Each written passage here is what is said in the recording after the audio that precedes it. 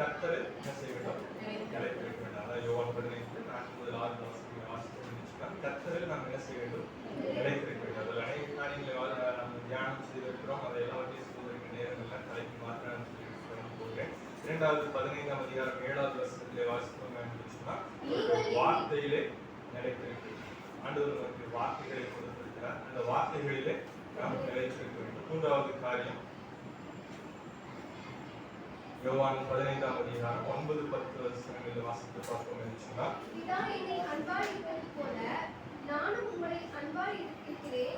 என்னுடைய அன்பிலே நிலைத்திருங்கள். அன்பிலே நாம் என்ன செய்ய வேண்டும்? நிலைத்திருக்க வேண்டும். இந்த 12-15 வசனங்களை வாசிக்கிறோம். அநேக காரியங்கள் இருக்கிற அன்பிலே நிலைத்திருக்க வேண்டும் சொன்னா கிறிஸ்துவனுடைய அன்பிலே நாம் நிலைத்திருக்க வேண்டும். சகோதர சிநேகத்தில் நிலைத்திருக்க வேண்டும். ஒருவர் ஊக்கமான அன்புள்ளவர்களாக இருக்கிறது. ஒருவருக்கு அன்பு போல காரியங்கள் இருக்கிறது.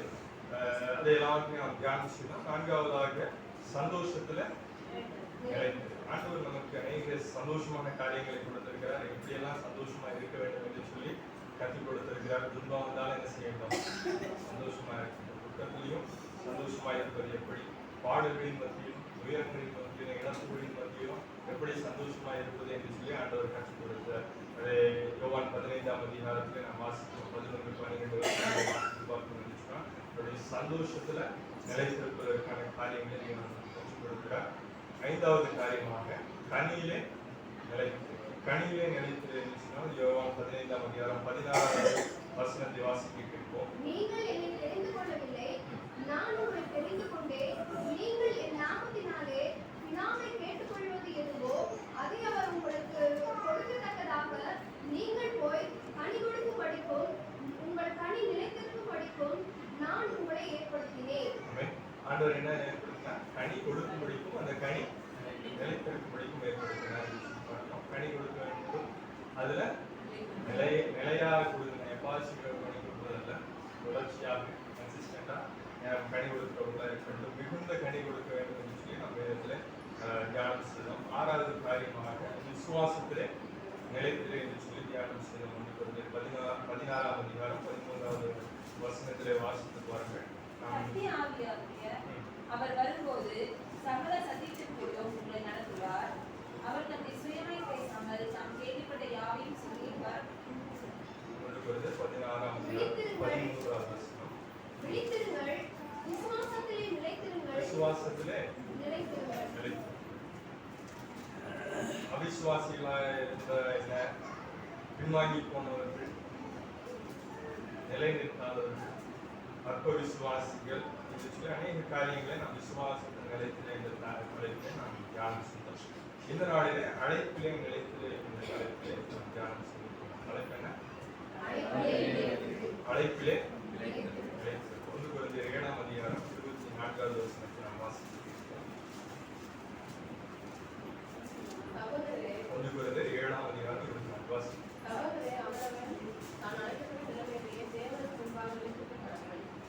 சகோதரரே, அவனவன் தான் அழைக்கப்பட்ட நிலைமையிலே தேவனுக்கு முன்பாக நிலைத்திருக்க.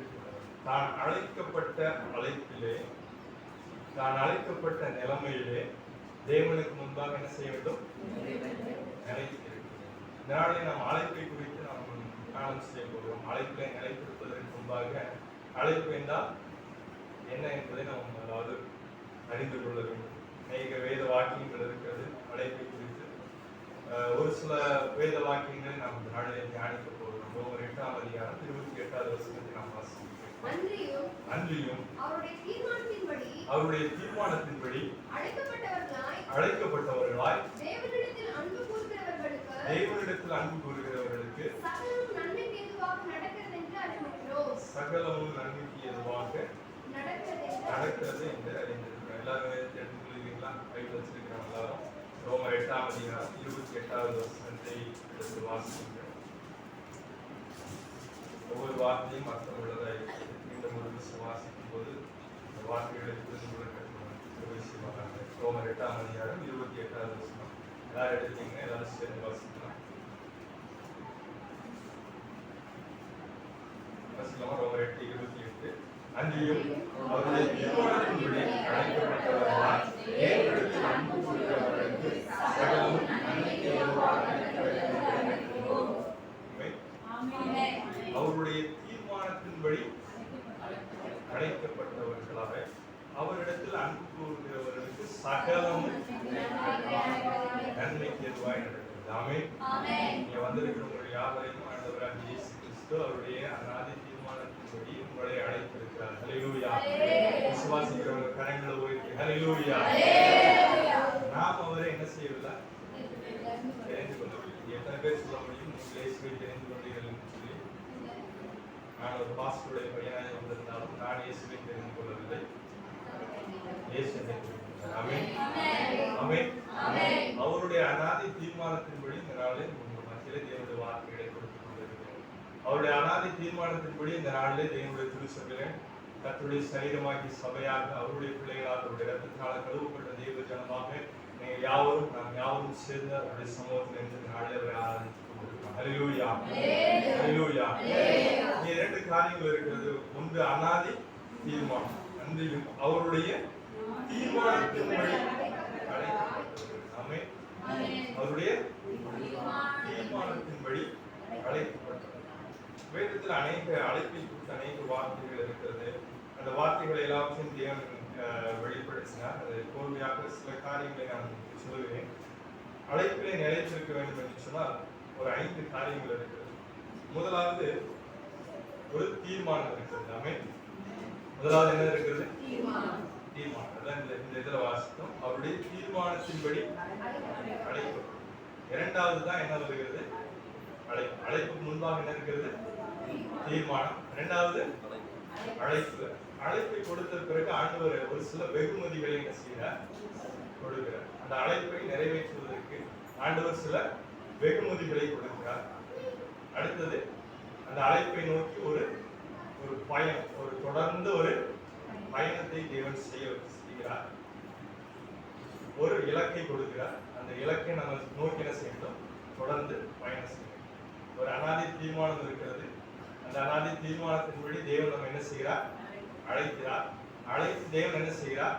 ஒரு வெகுமதியை கொடுக்கிறார். வெகுமதியை கொடுத்து நமக்கு ஒரு இலக்கையும் காமிக்கிறார். இதுதான் உன்னுடைய இலக்கு, இதுதான் உன்னுடைய டார்கெட், நீ அச்சீவ் பண்ண வேண்டிய கோல் இதுதான் என்று சொல்லி ஒரு இலக்கை தேவன் நிர்ணயம் செய்கிறார். அதை நோக்கி தேவன் நம்ம என்ன செய்கிறார்? பயணம் செய்ய உதவி செய்கிறார். அந்த பயணம் முழுவதும் தேவன் கொடுக்கிறார். ஹல்லேலூயா. ஹல்லேலூயா. இதுல நம்மளும் ஆண்டவரோடு கூட இருந்தோம்னு சொன்னா ஆமென். ஒரு பெரிய ப்ராசஸ். அழைப்பிலே நிலைத்து என்பது ஒரு நாள் வேலை அல்ல, ஒரு வருட வேலை அல்ல. அது ஒரு பெரிய ப்ராசஸ். அது தொடர்ச்சியாக என்ன செய்ய வேண்டும்? போய்கொண்டே இருக்க வேண்டும். போற வழியில எங்கேயாச்சும் ஒரு இடத்துல தப்பு நடந்துச்சுனாலும் என்ன செய்ய முடியாது? அழைப்புல நிலைநிற்க முடியாது. அழைப்பிலிருந்து வழி விலகி போய்விடுவோம். அழைப்பிலிருந்து விழுந்து விடுவோம். நாம் போய் சென்று சேர வேண்டிய அந்த இலக்கை அடைய முடியாமல் நாம் இழந்து விடுவோம். லட்சிய பொருளை அடையாமல் இழந்து விடுவோம். ஸோ அப்போ அழைப்பு ரொம்பவும் முக்கியம். நம்முடைய அழைப்பு என்னது அப்படின்னு தெரிஞ்சது அப்படின்னா மட்டும்தான் என்ன செய்ய முடியும்? அழைப்பை நோக்கி தொடர்ச்சியா ஓடணும். அழைப்பு என்னன்னு தெரியல அப்படின்னா குத்து மதிப்பா எங்காவது போக வேண்டியது. ஆபிரகாமை ஆண்டவர் அழைத்தார். அவர் என்ன பண்ணாரு? நான் போகும் இடம் என்னது தெரியாமல் போனார். ஆனால் அதுதான் அவருடைய அழைப்பு. ஆபிரகாமை ஆண்டவர் அழைத்து என்ன சொன்னார்? தேசத்தின் நீளமும் அகலமும் எம்மட்டும் அம்மட்டும் நடந்து திரி. உன் கால் படுற இடம் எல்லாத்தையும் ஒரு சந்ததி என்ன செய்வேன்? சுதந்திரமா சொந்தமா நான் என்ன செய்வேன்? கொடுப்பேன். இங்க அவருக்கு பையனே இல்லை. ஆனா ஆண்டவர் என்ன செய்யாரு? சொன்னாரு. இவர் என்ன செஞ்சாரு? சாகர வரைக்கும் நடந்தார். ஆனால் தேசம் முழுவதும் என்ன செய்வார்? நடந்தார். இப்போ ஆண்டவருடைய அழைப்பு என்ன என்று சொல்லி அறிந்து அவருடைய அழைப்பின்படி நம்ம என்ன செய்யணும்? அவர் என்ன சொல்லுகிறாரோ அதுபடி நாம் செய்கிறவர்களாய் காணப்படுகிறோம். ரோமர் 8ஆம் அதிகாரத்தில் மீண்டும் இப்பொழுது அந்த வசனத்தை வாசிங்க. சொன்ன அந்த காரியங்கள் எல்லாம் ஞாபகம் வைத்துக் கொள்ளுங்க. தீர்மானம், அழைப்பு, வெகுமதி, பயணம், இலக்கு. சரி, இப்பொழுது வாசிங்க. அதுல என்னென்ன காரியங்கள்லாம் சொல்லப்பட்டிருக்கு? அவருடைய தீர்மானத்தின்படி அழைக்கப்பட்டவர்களாய் தேவனிடத்தில் அன்பு கூறுகிறவர்களுக்கு சகலமும் நன்மைக்கு ஏதுவாக நடக்கிறது என்று அறிந்திருக்கிறோம். இருக்கிறோம். இங்க 3 காரியங்கள் இருக்குது. என்னென்ன இருக்குது? அந்த 5ல 3 இங்கே சொல்லப்பட்டிருக்கிறது. அழைப்பு ஃபர்ஸ்ட், தீர்மானம், தீர்மானம், அழைப்பு, அழைப்பு, நன்மை. அந்த பயணம். அந்த பயணத்துல நிறைய பிரச்சனை வரும். பயணம்ங்கிறது என்னது? ஆமா, ஏசி டிக்கெட் வாங்கி கொடுத்து ஸ்லீப்பிங் கோச்ல அப்படியே படுத்து தூங்கிட்டே போடாம அவனே அப்படின்னு, அது அல்ல பயணம். இது ஒரு கடினமான ஒரு பாதை. பல மேடுகள் பள்ளங்களை கடந்து, தண்ணீர்களை கடந்து, ஆறுகளை கடந்து, செங்கடலை கடந்து, எரிகோவை தாண்டி ஒரு பெரிய பயணம். நம்ம யாரும் எகிப்துல இருந்து இஸ்ரேலுக்கு காணாம போகிறது. ஆனாலும் நம்முடைய வாழ்க்கையில செங்கடல் வரும், எரியோ போன்ற தடைகள் வரும். அப்படி நம்முடைய அழைப்புல அநேக பிரச்சனைகள் வரும். அதை எல்லாவற்றையும் நம்ம என்ன செய்ய வேண்டும்? அதை தாண்டி செல்லுகிறவர்களாக நாம் காணப்பட வேண்டும். அப்போ அப்படி தாண்டி செல்வதற்கு ஆண்டவர் என்ன செய்கிறார்? சகலமும் என்ன செய்கிறதா? நன்மைக்கு எதுவாக இருக்கு. நல்ல ஒரு வார்த்தை. சகலமும், அதுல சகலமுங்கிறது ரொம்ப முக்கியம். நம்முடைய வாழ்க்கையில நிறைய விஷயங்கள் நடக்கிறது, எல்லாம் நன்மைக்காக நடக்கிறதா? ஆனால் உங்களுக்கு குறித்த ஆண்டவர் ஒரு அழைப்பை கொடுத்திருக்கிறார். அந்த அழைப்பை நோக்கி நீங்கள் ஓடிக்கொண்டிருக்கிறீர்கள். உங்களுடைய பயணத்துல அநேக காரியங்களை சந்திக்கிறீர்கள், அநேக நிகழ்வுகள் நடக்கிறது, அநேக சந்தோஷங்கள், அநேக துக்கங்கள், கண்ணீர்கள். ஆனால் ஆண்டவர் சொல்கிறார், சகலமும் எதுக்கு நடக்கிறது? நமக்கு அநேக நேரங்கள் அதை என்ன செய்யாது, புரியாது. இது ஏன் எனக்கு நடக்குது அப்படின்னு சொல்லி இன்னைக்கு சாட்சி சொன்னா, ஏன் அப்படின்னு எனக்கு புரியல. வேலைக்கு போனோம் அப்படின்னு சொன்னா ஃபர்ஸ்ட் டிகிரி முடிச்சோடனே போயிருக்கலாம். அதுக்கப்புறம் மறுபடியும் ஒரு டிகிரி படிக்க வச்சு மறுபடியும் இன்டர்வியூல போய் உட்கார வச்சு, இதைத்தான் அப்பவே அந்த வேலைக்கு போயிருக்கலாம், மறுபடியும் எதற்காக நம்ம படிக்கணும் அப்படின்னு சொல்லி ஒரு கேள்வி மேல கேள்வி. ஆனால் ஆண்டவர் ஒரு திட்டத்தை வச்சிருக்கிறார். ஒவ்வொருவரை குறித்து ஒரு தேவனுடைய ஒரு தரிசனம் இருக்கு, ஒரு அனாதி தீர்மானம். நம்மலாம் பிறக்கிறதுக்கு முன்பாக பயங்கரமா என்ன செஞ்சிருப்பாரு, பிளான் பண்ணி வச்சிருக்காரு. அதனால ஒரு பாடல் உண்டு, தாய் உருவாக்கும் முன்னே என் கருவை என் பெயர் உருவாக்கும் முன்னே பெயர் சொல்லி அழைக்கிறேன். நல்ல ஒரு பாடல். ஒரு கவியை மாத்திரம் வாசிப்போமா? தாய் உருவாக்கும் முன்னே என் கருவை கண்டீரையா, என் பெயர் உருவாக்கும் முன்னே பெயர் சொல்லி அழைக்கிறேயா, என் தாய் உருவாக்கும் முன்னே என் கருவை கண்டீரையா, என் பெயர் உருவாக்கும் முன்னே பெயர் சொல்லி அழைக்கிறேயா. ஹalleluya.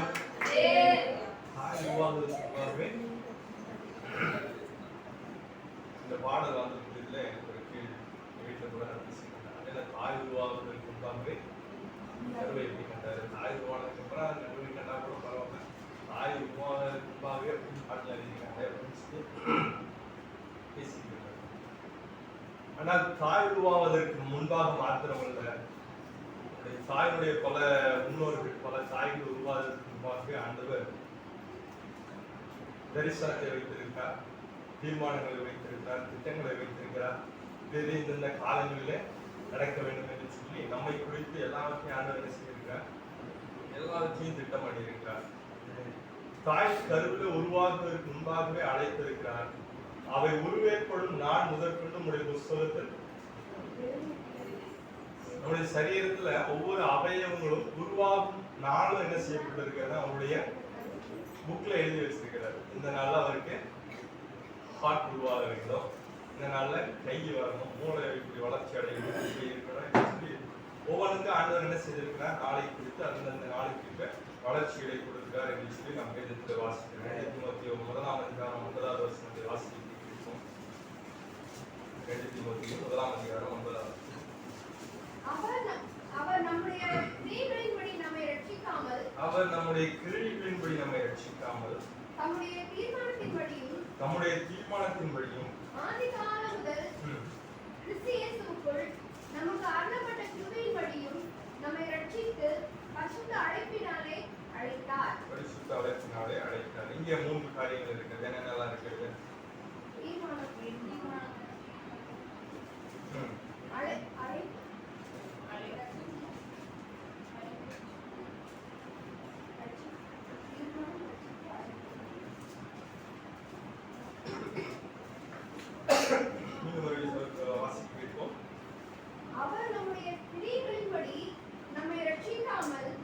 நம்முடைய கிரியைகளின்படி நம்மை ரட்சிக்காமல் தம்முடைய தீர்மானத்தின்படியும் முதலாவது என்ன வருகிறது?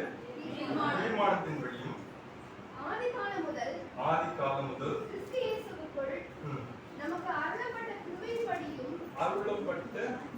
கிருபையின்படி வெகுமதி என்று சொன்ன ஞாபகம் இருக்கா? என்னது? வெகுமதி. அதுதான் என்னது? அது கிருபை. ஆமென். எதனால? நம்ம பெரிய ஆளு, நம்ம பரிசுத்தவான், அதனாலயா? அநாதி தீர்மானத்தின்படி ஒரு வெகுமதியை ஆண்டவர் என்ன செய்கிறாரு? கொடுத்து அத அவருடைய கிருபையின்படியும் நம்மை ரட்சிப்பு என்பது அடுத்த ஒரு வெகுமதி. பாவத்தில் வாழ்ந்து கொண்டிருந்தோம், அந்த பாவத்துல இருந்து ஆண்டவர் என்ன செய்தாரு? தூக்கி எடுத்தார். அநேக வெகுமதிகள் இருக்கிறது. அங்கங்க அந்த வசனங்கள் வரும்போது நான் உங்களுக்கு அதை நினைவு கொடுத்துக்கிறேன். இரண்டாவது வெகுமதி ரட்சிப்பு. அடுத்தது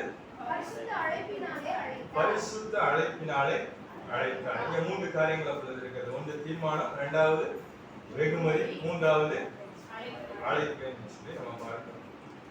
அப்போ இங்க ஆண்டவருடைய அழைப்புல அவருடைய அநாதி தீர்மானத்தின்படி ஆண்டவர் நம்மை அழைக்கிறார். அழைப்பிலே நாம் நிலைத்திருக்கும்படியாக அநேக வெகுமதிகளை கொடுக்கிறார்.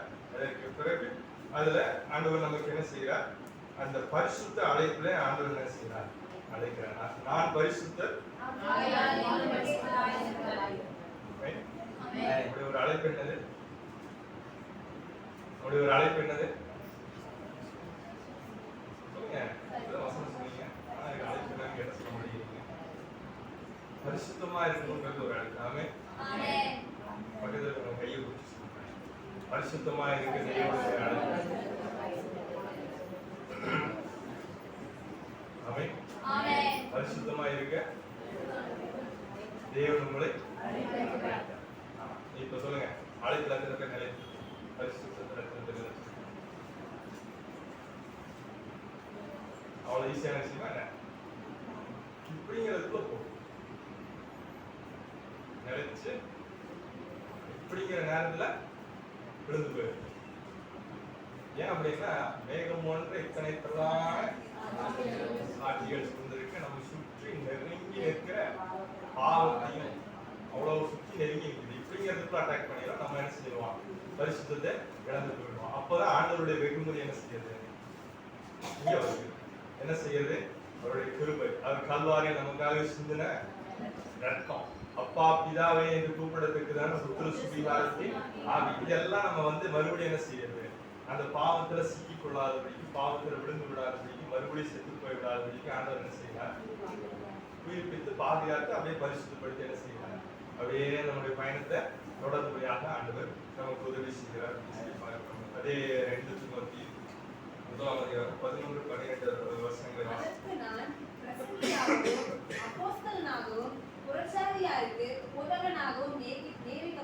இங்கே அப்போஸ்தலனாகிய பரிசுத்த பவுலுக்கு கொடுக்கப்பட்டிருக்கிற ஒரு அழைப்பை குறித்து நாம் வாசிக்கிறோம். பிரசங்கியாகவும் அப்போஸ்தலனாகவும் புறஜாதியாருக்கு போதகனாகவும். தெளிவாக சொல்லப்பட்டிருக்கிறது. ஒவ்வொரு வார்த்தைக்கும் அர்த்தம் உண்டு. இங்கே பிரசங்கியாகவும் அப்போஸ்தலனாகவும் புறஜாதியாருக்கு போதகனாகவும் நியமிக்கப்பட்டேன். இதுதான் அவருடைய அழைப்பு. 12வது வசனத்தை வாசிக்கிறோம். நான் இந்த பாடுகளையும் அனுபவிக்கிறேன். எது நிமித்தம்? அழைப்பு நிமித்தம். ஆமென். அழைப்பு நிமித்தம் நான் இந்த பாடுகளை என்ன செய்கிறேன்? அனுபவிக்கிறேன். ஆயினும் நான் வெட்கப்படுகிறதில்லை. ஏனென்றால் நான் விசுவாசித்திருக்கிறவர் இன்னார் என்று அறிவேன். நான் அவரிடத்தில் ஒப்புக் கொடுத்ததை அவர் அந்நாள் வரைக்கும் காத்துக்கொள்ள வல்லவராய் இருக்கிறார் என்று நிச்சயம். ஆமென். இங்க இன்னொன்று புதுசா இருக்கிறது. என்னது? அந்த 5ல இன்னொன்று புதுசா இருக்கு. அழைப்பு பார்த்துட்டோம். 12வது வசனத்துல பயணம். அடுத்தது இலக்கு. பயணம், இலக்கு. தெளிவாக வாசிக்கலாமா? அது நிமித்தம் இந்த பாடுகளை அனுபவிக்கிறேன். பயணத்துல போய் கொண்டிருக்கும் போது பாடுகளை அனுபவிக்கிறேன். ஆயினும் நான் வெட்கப்படுகிறதில்லை. ஏனென்றால் நான் விசுவாசித்திருக்கிறவர் இன்னார் என்று அறிவேன். நான் அவரிடத்தில் ஒப்புக் கொடுத்ததை அவர் அந்நாள் வரைக்கும் காத்துக்கொள்ள வல்லவராய் இருக்கிறார் வல்லவராய் இருக்கிறார். இந்த இலக்கு என்பது என்னது? அந்நாள் வரைக்கும் அப்படின்னு சொல்லப்பட்டிருக்கு. ஆமென். எந்நாள்? அவருடைய வருகை வரைக்கும். அந்த வருகையின் நாளிலே, கடைசி நாளிலே, ஆண்டவர் நியமித்திருக்கிற அந்த குறிப்பிட்ட நாளிலே, அந்த நாள் வரைக்கும் அவர் காத்துக்கொள்ள வல்லவராய் இருக்கிறார் என்று நிச்சயித்திருக்கிறேன். 1 தீமோத்தேயு 6ஆம் அதிகாரம் 12வது வசனத்தில் இன்னும் தெளிவாக நாம் வாசிப்போம். விசுவாசத்தின் நல்ல போராட்டத்தை போராடு, நித்திய ஜீவனை பற்றிக்கொள், அதற்காகவே நீ அழைக்கப்பட்டாய். இங்க என்ன வாசிக்கிறோம்? விசுவாசத்தின் நல்ல போராட்டத்தை போராடு, நித்திய ஜீவனை பற்றிக்கொள், அதற்காகவே அழைக்கப்பட்டாய். எதற்காக அழைக்கப்பட்டிருக்கிறோமா? பக்கத்தில் இருக்கிறவங்க கையை பிடிச்சி சொல்லுவோமா? நித்திய ஜீவனை பற்றிக்கொள்ள ஆண்டவர் உங்களை அழைத்தார். நித்திய ஜீவனை பற்றிக்கொள்ள முடியாத ஆண்டவர் உங்களை அழைத்திருக்கிறார். ஹல்லேலூயா, ஹல்லேலூயா.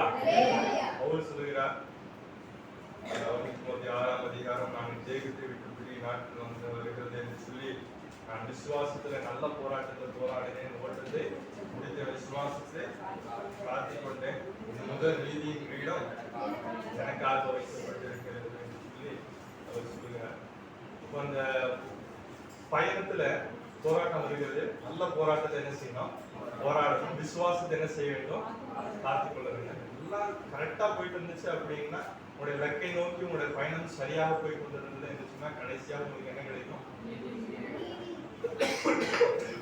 நீதியின் கிரீடம் உங்களுக்காக வைக்கப்பட்டிருக்கிறது. நித்திய ஜீவனை உங்களுக்கு கொடுப்பேன் என்று சொல்லி தேவன் நமக்கு என்ன செய்திருக்கிறார்? வாக்கு பண்ணியிருக்கிறார். ஹல்லேலூயா. இதே போல நம்முடைய வாழ்க்கையில் அநேக அழைப்புகளை தேவன் நமக்கு என்ன செய்திருக்கிறார்? கொடுத்திருக்கிறார். ஒரே ஒரு அழைப்பு, அநேக அழைப்புகளை தேவன் நமக்கு கொடுத்திருக்கிறார். நல்ல ஒரு குடும்பத்தை கொடுத்திருக்கிறார். அப்ப அந்த குடும்பத்தை நடத்தக்கூடிய ஞானத்தை கொடுத்திருக்கிறார். நல்ல ஒரு வெகுமதி, நல்ல பிள்ளைகளை கொடுத்திருக்கிறார். அந்த பிள்ளைகளை நடத்தக்கூடிய ஞானத்தை தேவன் நமக்கு கொடுத்திருக்கிறார். சம்பாதிப்பதற்கு பலத்தை கொடுத்திருக்கிறார். அப்ப இதெல்லாம் நம்முடைய இந்த உலகத்துல தேவன் நமக்கு கொடுத்த அழைப்பிலே நடத்தப்படுவதற்காக தேவன் நமக்கு நிறைய வெகுமதிகளை கொடுத்திருக்கிறார். அப்ப அதை நோக்கி நம்ம என்ன செய்ய வேண்டும்? பயணிக்க வேண்டும். எனக்கு நல்ல ஒரு பையனை ஆண்டவர் கொடுத்திருக்கிறார். அவனை கர்த்தருடைய சிற்றையிலும் அவருடைய அன்புல நான் என்ன செய்ய வேண்டும்? அவனை நடத்த வேண்டிய விதத்துல நான் நடத்த வேண்டும். அப்படி நடத்தவில்லை என்று சொன்னால் என்னுடைய அழைப்பிலே நான் நிலைத்திருக்கிறது. தேவன் நல்ல ஒரு திருச்சபையை கொடுத்திருக்கிறார். அந்த திருச்சபையிலே நான் உண்மையாக இருக்க வேண்டும். எனக்கு தேவன் நல்ல ஒரு போதகரை கொடுத்திருக்கிறார். என்னை நடத்துகிறவர்கள் ஒரு ஆத்மாக்களுக்கு உத்தரவாதம் சொல்லுகிறவர்களாக விழித்திருக்கிறவர்களினா அவர்கள் துக்கத்தோட அல்ல சந்தோஷத்தோட அதை செய்யும்படிக்கு எல்லா விதத்திலும் என்ன செய்ய வேண்டும்? அவர்களுக்கு கீழ்ப்பிடித்து நான் அடங்கி இருக்க வேண்டும். அதுவும் என்னுடைய. இதே போல நம்முடைய வாழ்க்கையில நாம் செய்யக்கூடிய எல்லா காரியங்களும் இருக்கிறது. ஒவ்வொருத்தருக்கும் ஆண்டவர் என்ன செய்திருக்கிறார்? ஒரு அழைப்பு வைத்திருக்கிறார். ஒரு சின்ன ஒரு என்னோட வாழ்க்கையில ஒரு காரியத்தை நான் உங்களுக்கு சொன்னால் அந்த அழைப்பு குறித்து உங்களுக்கு புரிந்து கொள்வதற்கு ஏதுவாக இருக்கும் சொல்லி நான் நம்புகிறேன். ஆண்டவர் என்னை சாஃப்ட்வேர் இன்ஜினியராக இருக்கும்படியாக அழைத்திருக்கிறார் என்று சொல்லி நான் கர்த்தருக்குள் உறுதியாக விசுவாசிக்கிறேன். ஹல்லேலூயா, ஹல்லேலூயா. ஆனால் இந்த அழைப்பு அப்படிங்கிறது இதே 5 காரியங்களை குறித்து நாம் பார்க்கிறோம். முதலாவது என்னது? தீர்மானம். இரண்டாவது அழைப்பு. மூன்றாவது வெகுமதி, பயணம். அப்ப ஆண்டவர் இங்கே என்னை சாஃப்ட்வேர் இன்ஜினியராக இருக்கும்படியாக ஒரு அழைப்பு கொடுக்கிறார். ஆனால் அதற்கு முன்பாக ஆண்டவர் என்ன செய்திருக்கிறார்? தீர்மானம் செய்துவிட்டார். இவன் யாரு? Software engineer. ஆனா அவர் எப்ப தீர்மானம் செஞ்சாரு? எனக்கு பிரச்சனை இல்லை. அவரு நான் பிறக்கிறதுக்கு முன்னாடியே தீர்மானம் பண்ணி வச்சாரு. எங்க அம்மா பிறக்கிறதுக்கு முன்னாடியும் ஜென்மத்துக்கு முன்னாடி தீர்மானம் பண்ணி வச்சாரு. நமக்கு அது என்ன செய்ய முடியும்? நம்ம பாட்டுக்கு இஷ்டத்துக்கு கண்டதை என்ன செஞ்சுட்டு இருக்கோம். ஆனா என்னுடைய லட்சியம்லாம் என்னது? டாக்டர். என்னது? ஆனா ஆண்டவருடைய லட்சியம் என்னது? தீர்மானம். Software engineer. நான் 9th ஸ்டாண்டர்ட் படிக்கிறேன். அரசு பள்ளியில படிக்கிறேன். இங்கிலீஷ் ஒழுங்கா தெரியாது. அப்போ கொண்டு போய் ஆண்டவர் என்ன செஞ்சாரு? PGDC அப்படின்னு ஒரு பெரிய கோர்ஸ் அதில் கொண்டு போய் சேர்த்து விட்டாரு. நான் ஒரு மாதத்துல என்ன செஞ்சுட்டேன்? ஓடி வந்து இங்கிலீஷ்லேயே சொல்லி தராங்க. கம்ப்யூட்டர் நமக்கு மண்டையில் ஏறாதுன்னு சொல்லி ஓடி வந்தேன். கம்ப்யூட்டர் ஒன்றுமே எனக்கு புரியல, ஒரு எக்ஸாம் வச்சாங்க 113 மார்க் வாங்கினேன். இது இவ்வளோ கேவலமான வாழ்க்கையில் எவ்வளோ மார்க் வாங்கினதில்லை அப்படின்னு சொல்லிட்டு என்ன செஞ்சேன், அதையே விட்டுட்டேன், முடிவு பண்ணிட்டேன். நமக்கு கம்ப்யூட்டருக்கும் செட் ஆகாது அப்படின்னு சொல்லிட்டு. ஆனால் ஆண்டவர் தீர்மானத்தை மாற்ற மாட்டார், விட்டுட்டார். போஸ்ட் போகுது. அடுத்தது 10th முடிச்சேன். 11th ஸ்கூலில் சேர்க்கிற ஒரு நாள் இருந்தது. எங்கள் அப்பா என்ன ஸ்கூலில் கூட்டிகிட்டு போனாங்க. அங்கே அட்மிஷன் போடுற இடத்துல ஆண்டவர் 2 பேரை உட்கார வச்சுருந்தாங்க. ஒருத்தவங்க பேர் பிரேமலதா, இன்னொருத்தவங்க பேர் மரிய ஜெயபாப்பா. 2 பேரும் என்னுடைய திருச்செவி விசுவாசிகள், என்னுடைய டீச்சர்ஸ். எனக்கு பாடம் சொல்லி கொடுக்குறவங்க 6ஆம் கிளாஸ்லேருந்து எனக்கு கிளாஸ் எடுக்கிறாங்க. அவங்க மூலமாக ஆண்டவர் மெசேஜ் எனக்கு அனுப்புனாரு. என்ன சொல்லி, 11th படிக்கும்போது கம்ப்யூட்டர் சயின்ஸ் கோர்ஸ் கவர்மெண்ட்க்கு ஆண்டவர் ஒரு மெசேஜ் கொடுத்தாரு. அப்பா அம்மாவும் சொல்லி கொடுத்தாரு. என்ன படிக்கணும்? Computer science. ஆனால் நம்ம என்ன படிக்கணும்? நமக்கு லட்சியம் தான் முக்கியம். என்னது, நான் டாக்டராக போகிறேன், கம்ப்யூட்டர் தெரியாது, எனக்கு கம்ப்யூட்டர் ஆன் கூட பண்ண தெரியாது, எனக்கு கம்ப்யூட்டர் தேவையில்லை, நான் வந்துட்டு பயாலஜி தான் எடுக்கணும். ஆனால் ஆண்டோடைய தீர்மானம் என்ன? முடிஞ்ச வரைக்கும் அவங்க 2 டீச்சரும் என்ன செஞ்சாங்க, எங்கள் அம்மா கன்வின்ஸ் பண்ண ட்ரை பண்ணுறாங்க, எங்கள் அப்பாவும் சொல்லி பார்க்குறாங்க. நான் ஏதோ கொஞ்சம் நல்ல பையன், அம்மா கீழ்படி பையன் மாதிரி தான் தோன்ற மாதிரி இருக்கேன். நான் கொஞ்சம் வரலாறு திரும்பி பார்க்கும்போது கொஞ்சம் பேடாக தான் இருக்கு. யார் பேச்சு என்ன செய்யலை, கேட்கல. பயாலஜி எடுத்தேன். 11th புக்கு கொடுத்தாங்க, ஜுவாலஜி புக் எடுத்து பார்த்தேன். அப்படியே முடிவு பண்ணிட்டேன், நான் தான் டாக்டர் ஆகிருக்கு வாய்ப்பு. ஒரு பேர் கூட வாய்ப்புல வர மாட்டேங்குது. படிக்க தெரிஞ்சாதானே ஏதாச்சும். ஒன்றும் புரியல, ஒன்றும் ஞாபகம் வச்சுக்க முடியல. 12th எக்ஸாம், பப்ளிக் எக்ஸாம் வந்தது. பாட்னி ஜுவாலஜிங்க 2ஆ பிரிச்சாங்க. ஆண்டவருக்கு ஸ்தோத்திரம். இருப்பேன். ஜுவாலஜியில் எக்ஸாமில் 2 பேஜ் இருந்தேன். 2 பேஜ் பேப்பரில் ஃபர்ஸ்ட் பேஜ், எவ்வளோதான் என்னுடைய ஜுவாலஜி பேப்பர் மாதிரி. நான் படித்தது எதுவும் வரல, எனக்கு எதுவும் ஞாபகம் இல்லை. ஆனாலும் அந்த சப்ஜெக்ட்ல பாட்னி இருந்ததுனால அவங்களுடைய புரிதான கிருபையினால இறக்கத்தினால ஃபெயில் ஆகாம என்ன செஞ்சேன். ஆமே. சரி, நம்முடைய லட்சியம் என்ன ஆயிடுச்சு, டாக்டர் ஆக முடியல. அடுத்த லட்சியத்தை நோக்கி நம்ம ஓடுவோம் அப்படின்னு சொல்லிட்டு மாறினேன். 12th எக்ஸாம் மார்க் பண்ணோன்னா ரொம்ப கவலை. என்ன ஏசப்பா, நான் ஜோம் பண்ணும்போது எப்படிலாம் ஜோம்னா படிக்கிறதுக்கு முன்னாடி ஜோம் பண்ணேன். ஏசப்பா நான் எக்ஸாம் எழுதுறதுக்கு முன்னாடி சர்ச்சுக்கெல்லாம் போய் ஜோம்பிட்டு வந்தேன். 1000 மார்க் தானே கேட்டேன், 1200 ரூபாய் கேட்டேன், 500 மார்க் தானே கேட்டேன். 1000 வேணா ஒரு 900 கொடுத்துருக்கலாம்ல, 900 வேணா ஒரு 850 கொடுத்துருக்கலாம்ல அப்படின்னு சொல்லி கேள்வியே செஞ்சுட்டேன். அவர் கிட்ட உட்காந்துக்கிட்டு இருந்தேன். இப்போ நம்முடைய லட்சியம், அடுத்த லட்சியம் மாறிடுச்சு. என்னது, நம்ம இப்போ வந்துட்டு டாக்டர் ஆக போகிறதுல இப்போ என்னது டீச்சர் ஆகலாம் அப்படின்னு சொல்லிட்டு. ஏன்னா நம்ம ஃப்ரெண்டு வந்துட்டு மேக்ஸ் படிக்க போகிறாங்க முடிவு பண்ணிட்டாரு. வேற ஒரு காலேஜ் போகலான்னு முடிவு பண்ணிடுச்சு. மேக்ஸ் போனோம், டீச்சர் பண்ணணும் அப்படின்னு சொல்லிட்டு முடிவு பண்ணுறாங்க. ஆனால் நம்மளும் என்ன ஆயிடுச்சு, ஃப்ரெண்டு போனால் அதே காலேஜில் நம்ம என்ன செய்யலாம், காலேஜ் போனோம். அடுத்தது ஃப்ரெண்டு ஒரு கோர்ஸ் எடுத்தா அப்படின்னா அதே கோர்ஸ் நம்மளும் இருக்கு. ஆனால் இந்த வாட்டி ஆண்டவர் என்ன செய்யலாம், 2 தடவை விட்டுட்டார் இல்லையா, 2 தடவை போயிட்டு வா அப்படின்னு சொல்லிட்டு. இதுக்கு மேலே விட்டா என்ன செய்யாது, சரி போயிட்டு வராங்க. 2 போர்டு போட்டு ஆண்டவர் பிஎஸ்சி கம்ப்யூட்டர் சயின்ஸ் படிக்க வச்சாரு. அடுத்தது கம்ப்யூட்டர் சயின்ஸ் படிச்சுட்டு இருக்கும்போது நான் ஒரு 9th படிக்கும்போது என்ன செஞ்சேன், நம்ம கம்ப்யூட்டரே தெரியாதுன்னு சொல்லி என்ன செஞ்சேன், நான் ஓடி போனேன். இப்போ என்ன செஞ்சுட்டாங்க, கம்ப்யூட்டர் சயின்ஸ் படிக்க வச்சாச்சு. போய் முதல் நாள் கேட்குறாங்க, உங்களுடைய லட்சியம் என்ன அப்படின்னு சொல்லிட்டு கேட்குறாங்க. என்னது, ஃபர்ஸ்ட் நாள் உண்மையா பொய்யெல்லாம் சொல்லுவாங்க, உண்மையாக சொல்கிறாங்க, உங்களுடைய லட்சியம் என்ன அப்படின்னு சொல்லி கேட்குறாங்க. அதாவது ஸ்பெசிஃபிக்காக இங்கிலீஷில் சொல்லுறது, அது இங்கிலீஷ் பீரியடு, எனக்கு இங்கிலீஷ் வேறு எனக்கு சுத்தமாக வராது. இங்கிலீஷில் ஃபஸ்ட்டு வந்துட்டு என்ன சொல்லணும் அப்படின்னா, உன் பேர் என்னன்னு சொல்லணும், நீ எங்கேருந்து வரேன்னு சொல்லணும், உங்களுடைய லட்சியம் என்னன்னு சொல்லணும். முதல் நாள் இங்கிலீஷ் பேசுகிறேன். நமக்கு இப்போ பதட்டத்தில் உட்காந்துருக்கேன். நீங்கள் 2வது பெஞ்சில் உட்காந்துருக்கேன். கேள்வி லாஸ்ட் பெஞ்சிலேருந்து வந்துட்டு என்ன சொல்லிட்டு இருக்காங்க. நான் வந்து மனசுல என்ன சொல்லணும் அப்படின்னு பதட்டத்தோட சொல்லி ட்ரை பண்ணிட்டு இருக்கேன். அதில் வந்துட்டு எனக்கு லட்சியம் என்னன்னு தெரியாது. பிஎஸ்சி கம்ப்யூட்டர் சயின்ஸ் படித்து நான் என்ன ஆக போகிறேன்னு எனக்கு தெரியாது. உடனே அங்கேருந்து பின்னாடி இருந்து எல்லாரும் சொல்லிட்டு வராங்க, எல்லாரும் I want to become a software engineer. ஓ இந்த கோர்ஸ் படிச்சவங்க எல்லாரும் சாஃப்ட்வேர் இன்ஜினியர் ஆகிடும் போல இருக்கு. ஆனால் சாஃப்ட்வேர் இன்ஜினியர் என்ன பண்ணுவாங்க எனக்கு சொன்னால் ஐடியா கிடையாது. சரி போய் நான் என்ன செஞ்சேன் அப்படின்னா, நான் என்னுடைய டேர்ன் வந்த போது இருந்திருந்தேன். I am selfie coming from Coimbatore and I want to become a software engineer. ஆமென். இருந்துச்சு அப்படியே பதட்டமாக சொன்ன ஒரு வார்த்தை, உண்மையான எக்ஸாக்ட்லி இதே வார்த்தையை ஒரு வார்த்தை கூட நான் மனசு சொல்லுவேன். ஆண்டவர் என்னோட வாய்னாலே அறிக்கை செய்ய வச்சார்.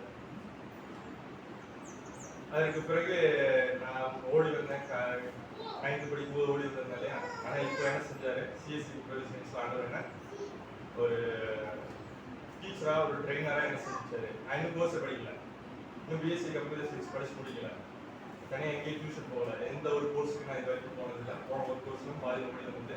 ஆனால் இப்போ என்ன பண்ணாரு, சிஎஸ்சி கம்ப்யூட்டர் இதில் வந்துட்டு என்ன ட்ரெயினராக ஆண்டவர் மாற்றினாரு. இங்கே ஆண்டவர் எனக்கு என்ன செய்தாரு, ட்ரைனிங் கொடுத்தாரு, வேலை கொடுத்தாரு, கையில் காசு என்ன செஞ்சாரு கொடுத்தாரு. எனக்கு ஒரு லட்சியம், எப்படியாச்சும் ஒரு ஐடி கம்பெனியில் வேலைக்கு இன்டர்வியூ கட்டணும் பண்ணேன். ஆனால் நமக்கு தகுதி இல்லை அப்படின்னு சொல்லிட்டு ஒரு கம்பெனியில் கூட என்ன செய்யலை, இன்டர்வியூ அட்டன் பண்ண முடியல. அப்போ பார்த்து டான்செட்டுன்னு ஒரு எக்ஸாம் இருக்கேன், எனக்கு அதை பற்றியும் தெரியாது. ஆண்டவர் அதுக்கு ஒரு வழிவாசலை தந்தார், படிக்க வச்சார். பிஎஸ்சி காலேஜில் ஆண்டவர் ஒரு இடத்த கொடுத்தாரு, படிக்க வச்சார்.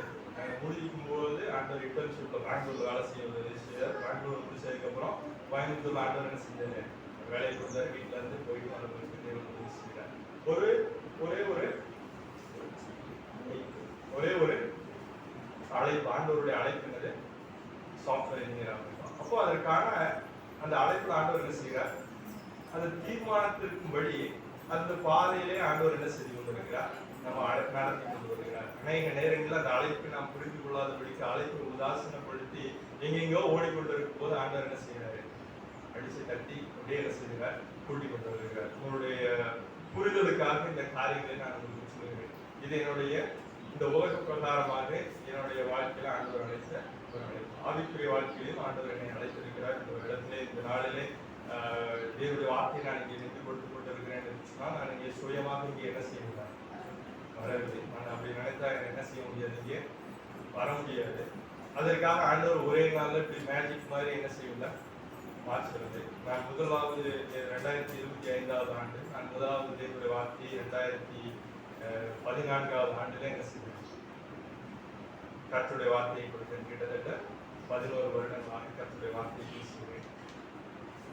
ஆனால் அதற்கு முன்பாக 10 வருடங்களுக்கு முன்பாக ஆண்டவர் என்னை ஆயத்தப்படுத்தியிருக்கிறார். ஆமென் ஆமென்.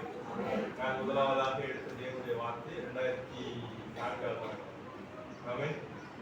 அந்த வார்த்தையெல்லாம் நான் இங்கு பிரசங்கிக்கவில்லை, ஆனால் என்னுடைய டைரியில் பத்திரமாக இருக்கிறது.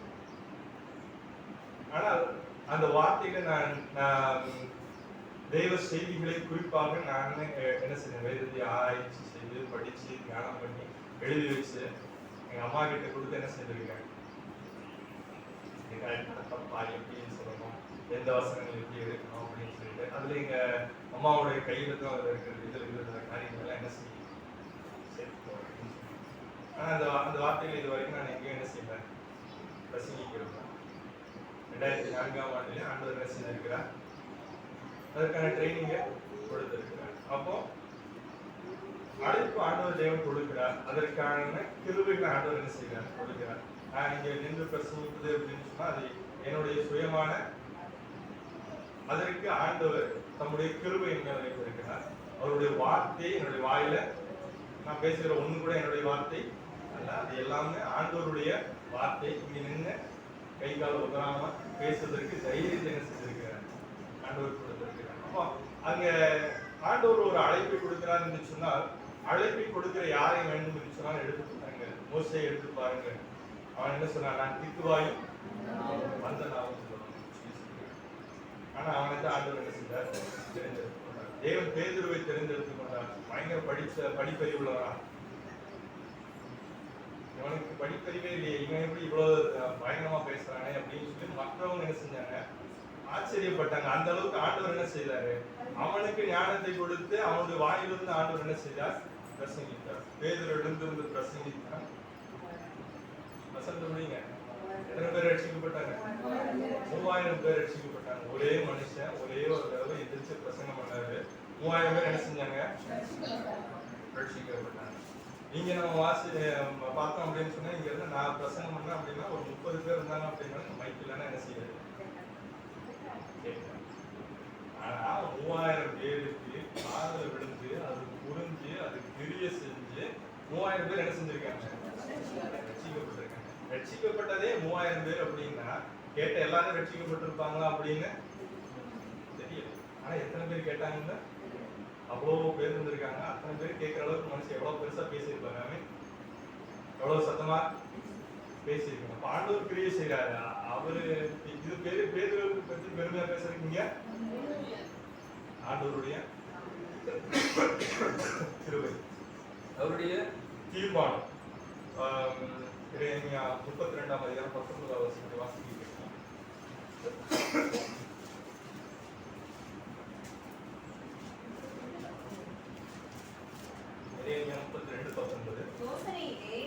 யோசனையிலே பெரியவரும் செயலிலே வல்லவருமாய் இருக்கிறார். யோசனையிலே எப்படிப்பட்டவராய் இருக்கிறார்? பெரியவராய் இருக்கிறார். அந்த தீர்மானத்தை குறித்து வாசிக்கும் போது அவர் யோசனையிலே அவர் எல்லாமே மைண்ட்ல பயங்கரமா என்ன செஞ்சு வச்சிருப்பாரு, கால்குலேட் பண்ணி வச்சிருப்பாரு. இன்னைக்கு நீங்க எல்லாம் சொல்லி வளர்க்குறாங்க. அவங்க அம்மா பால் கொடுத்தாங்களோ இல்லையோவா, நீ யார் அப்படிங்கிறத என்ன செஞ்சாங்க, சொல்லி வளர்க்குறாங்க. நீ எப்பேன் அப்படிங்கிறத அவங்களுக்கு சொல்லி வளர்த்துனாங்க. அது ஒருத்தர் கொலை பண்ணிடுறான். அந்த விஷயம் வெளியே தெரியுது. வெளியே தெரிஞ்சோடனே என்ன பண்ணாரு? ஓடிட்டாரு. இங்க ஓடுறாரு, எகிப்தை விட்டு ஓடுறாரு. எவ்வளவு தூரம் ஓட முடியுமோ ஓடிட்டாரு. ஓடி அங்கே போனோன்னா ஆண்டவர் அங்கேயும் என்ன செய்யல, சும்மா இல்லை. ஆண்டவர் அவன் கூடவே இருந்தார்.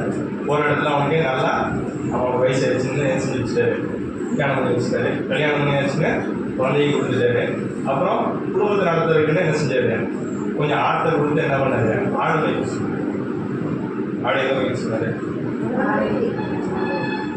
அந்த சங்கீதம் 23ஆம் இடத்துல 23ஆம் சங்கீதம் வாசிக்கும். புல்லுள்ள இடங்களில்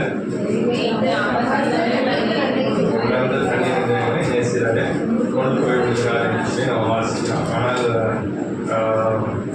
மோசே ஆண்டது எங்க மெய் வச்சா தெரியுமா?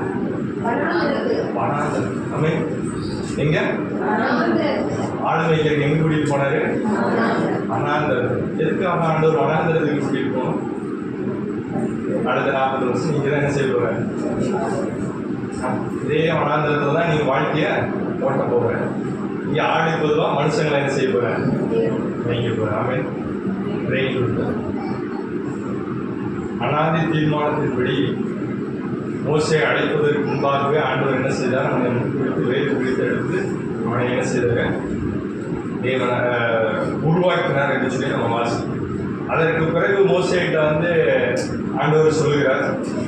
யாத்திரையாகமம் 3ஆம் அதிகாரத்தில் 4ஆம் அதிகாரங்கள் எல்லாம் வச்சு நம்ம வாசித்து பார்த்தோம் என்று சொன்னால் ஆண்டவர் மோசேயோடு கூட பேசுகிறார், தரிசனங்களை கொடுக்கிறார். இன்னும் 20 முதல் 22 யாத்திரையாகமம் 3ஆம் அதிகாரம் 20 முதல் 22 உள்ள வசனங்களை வாசித்தோம் என்று சொன்னால் ஆண்டவருடைய தீர்மானத்தை இன்னும் தெளிவாக சொல்கிறார். பின்னாடி நடக்க ஒவ்வொரு காரியங்களையும் என்ன செய்கிறார்? ஆண்டவர் மோசேக்கு தெளிவாக சொல்கிறார். அவங்க எகிப்திலிருந்து வரும்போது ஒவ்வொரு ஸ்திரீயும் 22ஆவது வசனத்தில் தன் அயலானவரிடத்தில் தன் வீட்டில் தங்கியவர்களுக்கும் வெளியே கொண்டு வஸ்திரங்களையும் கேட்டு வாங்குவா, அவைகளை உங்கள் குமாருக்கும் குமாரத்திற்கும் தரிப்பித்து எகிப்தியரை கொள்ளையிடுவீர்கள் என்கிற வரைக்கும், எகிப்திலிருந்து வெளியில வரும்போது லாஸ்ட்டாக என்ன நடக்கும் அப்படிங்கிறது வரைக்கும் ஆண்டவர் என்ன செய்கிறார்? மோசேகிட்ட சொல்லுகிறார். ஆனால் மோசேக்கு என்னது பயம். ஆண்டவர் அழைத்தா எத்தனை பேர் ஆண்டவர் உங்களை அழைத்த உடனே ஓகேன்னு சொல்லி வந்துடுறீங்க? உங்களை ஆண்டவர் அழைக்கிறார்.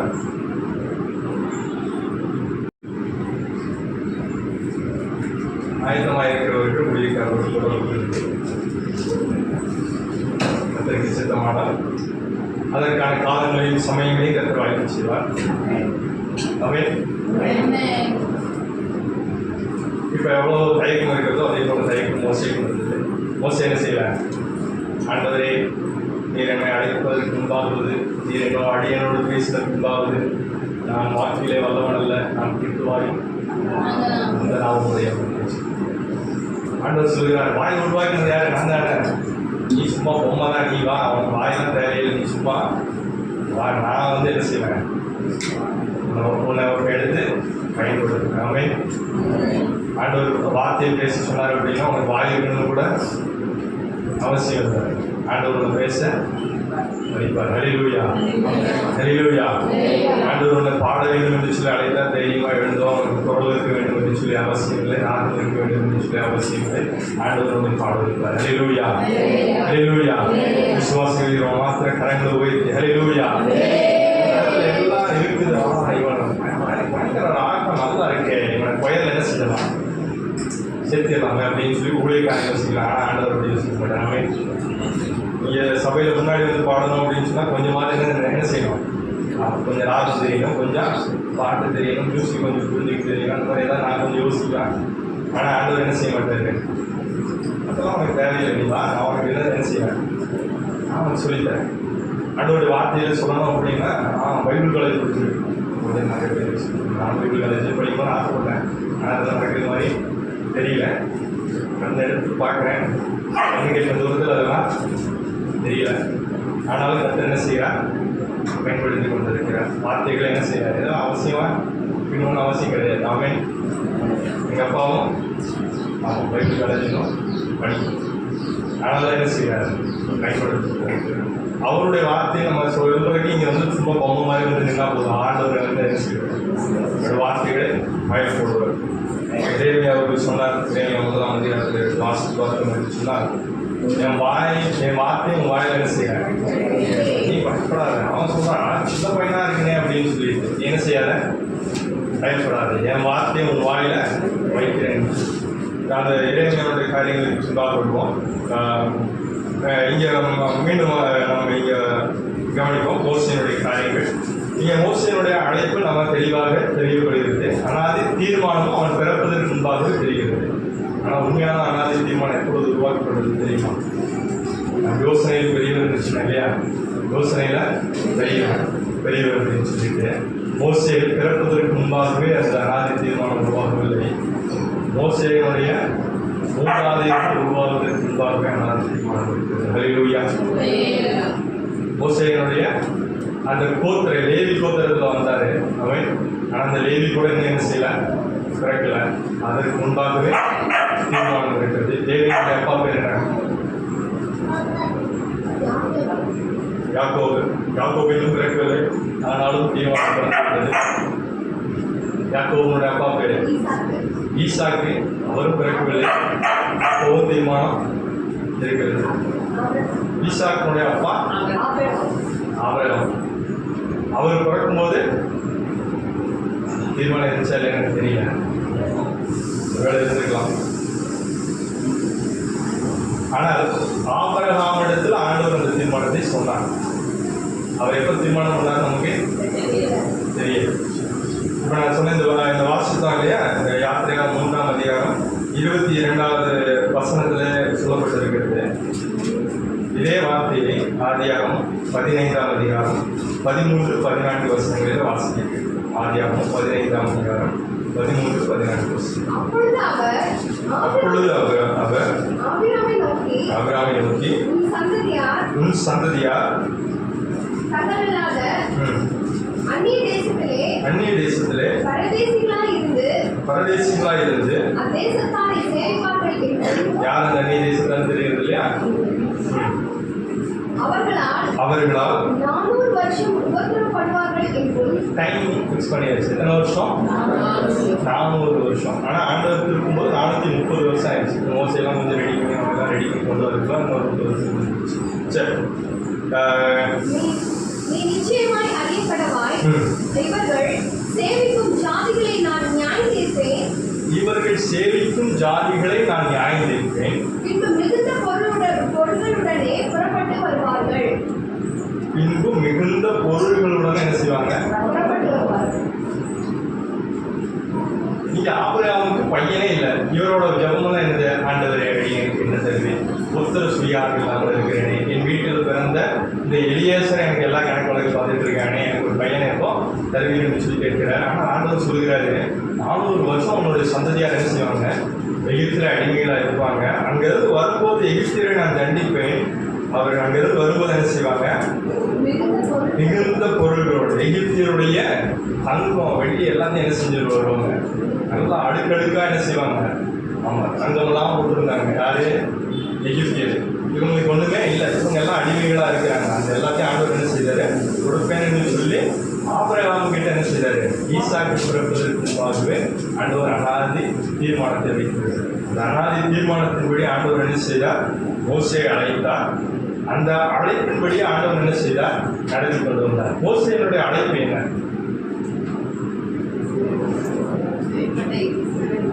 யாத்திரையாகமம் 33ஆம் அதிகாரம் 12-17 வசனம். யாத்திரையாகமம் 33ஆம் அதிகாரம் பேர் சொல்லி ஆண்டவர் என்ன செய்தார்? அழைத்தார். மோசே கர்த்தரை நோக்கி, தேவரீர் இந்த ஜனங்களை அழைத்துக் கொண்டு போ என்று சொன்னீர். ஆகிலும் என்னோட கூட யாரை அனுப்புவேன் என்பதை எனக்கு நீர் அறிவிக்கவில்லை. என்றாலும் உன்னை பேர் சொல்லி அழைத்து அறிந்திருக்கிறேன் என்றும் என் கண்களில் உனக்கு கிருபை கிடைத்தது என்றும் தேவரீர் சொன்னதுண்டே. யாரும் என்ன சொல்லிருக்காங்க? மோசே கர்த்தரை நோக்கி சொல்லக்கூடிய ஒரு வார்த்தை, இந்த ஜனங்களை அழைத்துக் கொண்டு போ. ஆண்டவர் அழைக்கும் போது சொல்லக்கூடிய ஒரு வார்த்தை, அழைச்சு சும்மா பேர் சொல்லி மோசே மோசை மட்டும் சொல்லலை, கூப்பிட்டு என்ன சொன்னாரு? இந்த ஜனங்களை என்ன செய்ய? அழைத்து கொண்டு போ, எகிப்திலிருந்து கானானுக்கு அழைத்து கொண்டு போ அப்படின்னு ஆண்டவர் சொன்னார். அதுதான் மோசையை கொடுத்த அழைப்பு. அப்போ மோசை என்ன செய்ய வேண்டும்? அழைப்புல அழைத்திருக்கணும்னு சொன்னா என்ன செய்யணும்? அது ஒரு பெரிய பணி. மோசைக்கு தீர்மானத்தை குறித்து நம்ம பார்த்தோம். தீர்மானத்திற்கு பிறகு என்னது? ஒரு அழைப்பு. அந்த அழைப்புக்கு பிறகு ஒரு கோல் ஆண்டவர் சொல்லுகிறார், அல்லது இலக்கு. இலக்கு என்னது? கானான். கானான் பக்கத்தில் இருக்கா? 40 வருட தூரத்தில் இருக்கிறது கானான். அப்ப அந்த 40 வருடமும் என்ன செய்யணும்? 3 இலக்கை நோக்கி கானானை பார்த்து என்ன செய்ய வேண்டும்? பயணம் குறித்து. இதுதான் அழைப்பிலே நம்மை கடைசியில அந்த கானானுக்கு போய் சேர்ந்தால் அழைப்பிலே நிலைத்திருந்தார்கள் என்ற அர்த்தம். கானானுக்கு போய் சேரவில்லை என்றால் அழைப்பிலே தோற்று போனார்கள் என்று சொல்கிறார்கள். மோசே அழைப்பிலே நிலைத்திருந்தாலும் தோற்று போனார்கள்.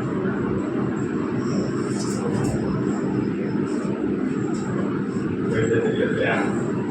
மோசே அழைப்பிலே நிலைத்திருந்தாலும் தோற்று போனார்கள். எவ்வளவு பெரிய ஆள் தெரியுங்களா? மோசே தீர்க்கதரிசி, வீட்டில் இருக்கும் உண்மை உள்ளவன், பூமியில் உள்ள மனிதர்களில் சாந்தனம் உள்ளவன், தேவனை முகமுகமாய் கண்டவன மோசையை போல ஒருவனும் மோசைக்கு முன்னாடி இல்லை, மோசைக்கு பின்னாடி இல்லை. ஆனாலும் என்ன செய்ய முடியல? அழைப்புல நிலைத்திருக்க முடியும். யோசித்து பாருங்க. பயணம் என்ன? எப்படிப்பட்ட பயணம்? சாதாரண பயணம் இல்லை, கடினமான ஒரு பயணம். சின்ன தவறு போதும் வாழ்க்கையில் இருந்து வழிவிலகி போய்விடுவோம். நம்முடைய இலக்கை நோக்கி லட்சியத்தை அடையாதபடிக்கு நம்முடைய லட்சியத்தை விட்டு நம்ம என்ன செய்து விடுவோம்? வழிவிலகி போய்விடுவோம். ஆண்டவர் நமக்கு கொடுத்த அழைப்பிலிருந்து நாம் வழிவிலகி போய்விடுவோம். அப்போ நம்மளோட அழைப்பு என்ன என்று நாம் தெரிந்து கொண்டு அந்த அழைப்பை நோக்கி நம்ம என்ன செய்ய வேண்டும்? பரம அழைப்பு பந்தய கொடுக்க என்ன செய்யணுமா? இலக்கை நோக்கி விடணும். ஒரே புதியமாக வாசிப்போம். பரம அழைப்பு பந்தய கொடுக்க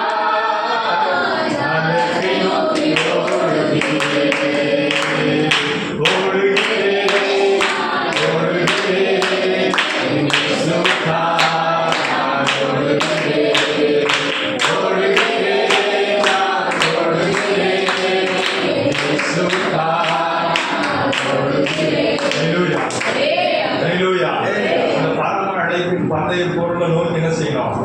பொறுமையாக ஓடணும். இது வந்துட்டு 100 மீட்டர் ரேஸ் கிடையாது, வேகமாக ஓடி போவதற்கு. என்னது? மாரத்தான விடவும் மெதுவாக ஓட வேண்டிய ரேஸ். பொறுமையாக ஓடும். ஆமென். இருக்கிறவங்க கையை பிடிச்சி சொல்லுங்க, பொறுமையாக ஓடுங்க, பொறுமையாக ஓடுங்க. ஆமென். வேகமாக ஓடி போய் விழுந்துடாதீங்க. ஆமென். வேகமாக ஓடி போய் என்ன செஞ்சிடக்கூடாது? நம்ம விழுந்துடக்கூடாது. ஓடும் போது என்ன செய்யக்கூடாது?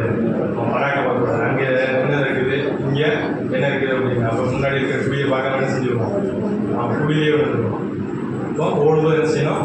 பொறுமையாக ஓடணும். எங்கே ஓடுறோம் அப்படின்னு பார்த்து என்ன செய்யணும்? ஓடணும். ஆமென். செயலை நல்லா அருமையாக தெரியும். ஆனால் அதெல்லாம் பார்த்து என்ன செஞ்சிருக்கூடாது, அவன் விழுந்து போய்விடுவார். ஆண்டவர் என்ன செய்கிறார்? மோசேயை பெயர் சொல்லி அழைத்தார். ஏசாயா 43ஆம் அதிகாரம் 1வது வசனத்தில் நாம் வாசிக்கிறதுபடி, யாக்கோபே உன்னை சிருஷ்டித்தவரும் பயப்படாதே, நீ பயப்படாதே, நான் உன்னை என்ன செய்யறேன்? பெயர் சொல்லி அழைக்கிறேன் சொல்லி ஆண்டவர் என்ன செய்யறார்?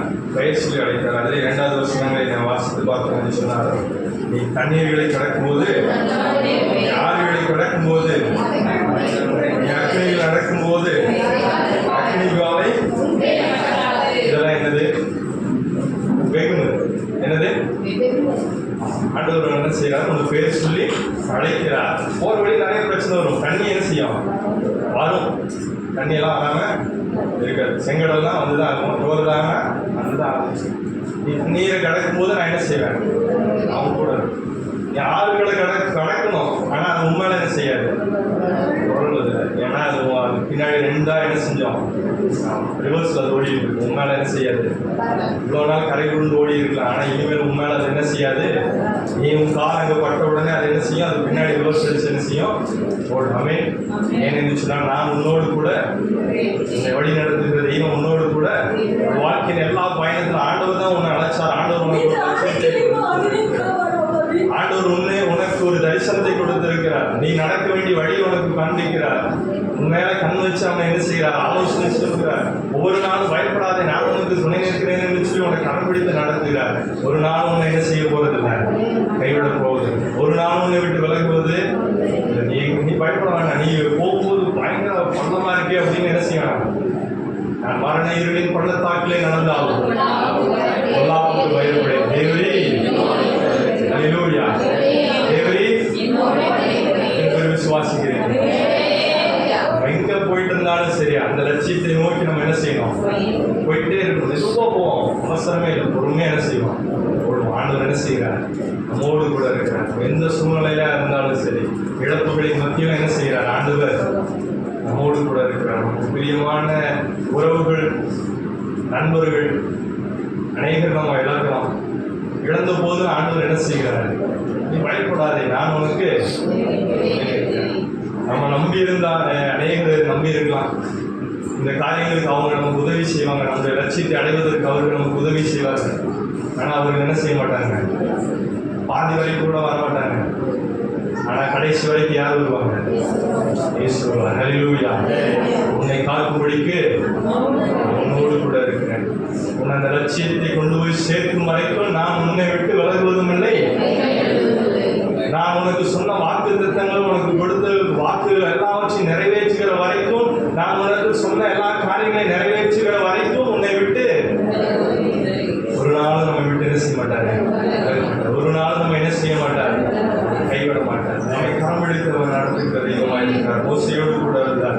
ஆண்டவர் சொல்லுகிறார், யோசுவாவின் இடத்துல, நான் மோசையோடு இருந்தது போல உன்னோடு கூட இருக்கிறேன். ஆமென்.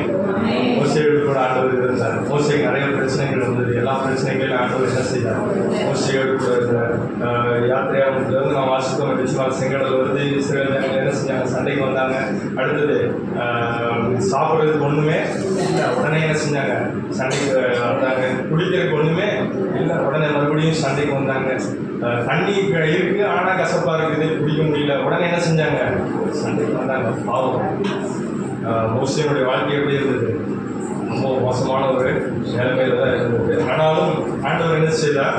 மோசையோடு கூட இருந்தார் என்று சொல்லி நம்ம வாசிக்கிறோம். எத்தனையோ சூழ்நிலைகள் இருந்தது. எல்லா சூழ்நிலையிலும் கர்த்தர் என்ன செய்தார்? மோசையோடு கூட இருந்தார். எல்லாருக்கும் 11ஆம் அதிகாரத்தில் எடுத்துக்கொள்வோம். அநேக பிரச்சனைகளை தாண்டி ஒரு இடத்துல மோசையினுடைய நிலைமையை நம்ம வாசிக்க முடிச்சுன்னா தெரியும்.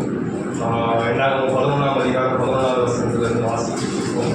அப்பொழுது மோசே கர்த்தரை நோக்கி, நீர் இந்த ஜனங்கள் எல்லாருடைய வார்த்தையும் என் மேல் சுமத்துகிறீனால் உமது அடியானுக்கு உபத்திரவம் வரப்பண்ணினது என்ன? மோசே கோபத்தில் என்ன செய்யறாரு? ஆண்டவர்கிட்ட, எனக்கு இவ்வளோ பெரிய உபத்திரவத்தை ஏன் கொடுத்தீங்க?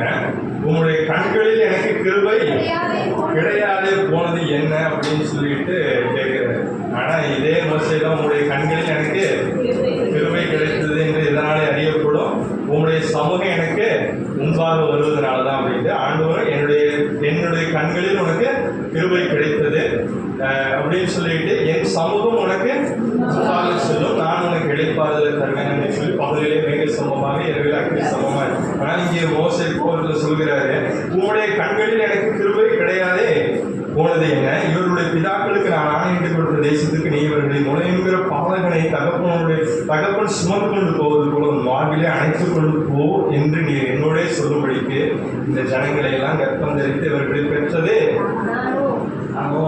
ஆண்டவர்கிட்டே கேள்வி கேட்கிறேன், இவங்களெல்லாம் நானா பெற்றேன் அப்படின்னு சொல்லிட்டு என்ன செய்யறது? ஆமா, இவங்க எல்லாத்துக்கும் சோறு போடணும், இவங்க கறி வேணும்னு கேட்குறாங்க. இந்த வனாந்தரத்தில் நான் எங்கே போகலாம் கறி வேணும்னு கேட்டேன். இவங்களே எவ்வளோ திம்பாங்க தெரியுமா? எத்தனை லட்சக்கணக்கான பேர் இங்கே இத்தனை பேர் இருக்காங்க, இது வரைக்கும் இங்கே கறி வேற பார்த்ததில்ல. கறியை பார்த்தா என்ன தின்னுவாங்க, இத்தனை பேருக்கு கறி வேணுமா, 30 நாளைக்கு கறி கொடுக்கணுங்கிறா நான் என்ன பண்ணுவேன் அப்படின்னு சொல்லிட்டு இவர் என்ன செய்வாரு? குழந்தை தள்ளுது. ஆண்டவரிடத்துல கேள்வி கேட்கிறார் மோசே. எத்தனை பேர் நாம் கேள்வி கேட்டுக்கொண்டு ஆண்டவரிடத்துல குழந்தை கேள்வி கேட்டுக் கொண்டிருக்கிறோம். விசுவாசிக்க முடியவில்லை. ஆண்டவர் அந்த லட்சியத்துல நம்மை கொண்டு சேர்ப்பார் என்று சொல்லி நம்மளால் என்ன செய்ய முடியல, விசுவாசிக்க முடியவில்லை. அதனால கேள்வி, இது எப்படி நடக்கும்?